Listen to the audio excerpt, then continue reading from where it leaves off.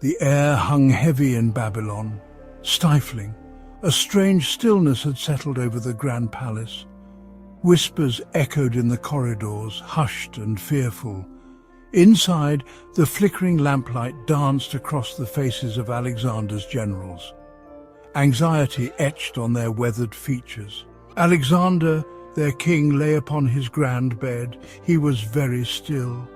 Gone was the fiery energy that had conquered Persia and humbled Egypt.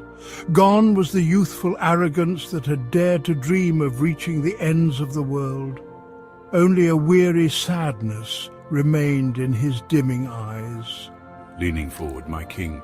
His generals leaned forward, desperate to hear any word that might fall from their king's lips. These were the men who had ridden with him, fought with him, bled with him.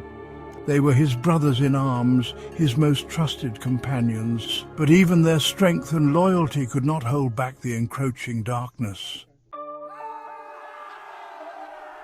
Alexander's gaze swept over his generals, his mind awash in memories. He saw their faces, etched with the trials of countless campaigns. He remembered the battles they had fought together, the victories they had savored, the losses they had mourned. From the Granicus River to the Hydaspes, we carved a path of glory across 2 continents. I have been a king since boyhood, thrust into power by my father's assassination. I united the Greek city-states, a feat many deemed impossible. I conquered the mighty Persian Empire, fulfilling an ambition that burned in the hearts of Greeks for generations. I ventured further east than any man before me, reaching the banks of the Indus River, gazing upon the exotic wonders of India. But what has it all been for? What does it all mean now that death stands waiting at your bedside?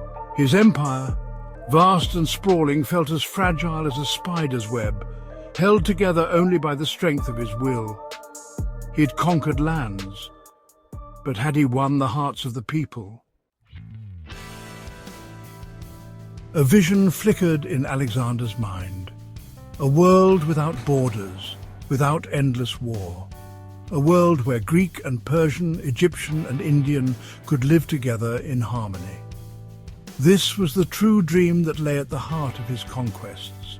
I tried to forge this unity, encouraging intermarriage, adopting Persian customs, appointing Persians to high positions within my government.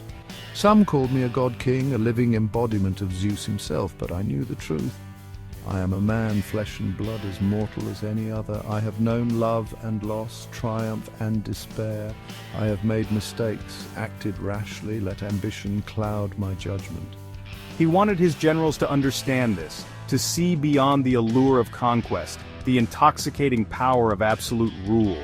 He wanted them to understand that true strength lay in unity, in embracing the richness and diversity of the world he had striven to conquer. His voice, when he finally spoke, was little more than a raspy whisper.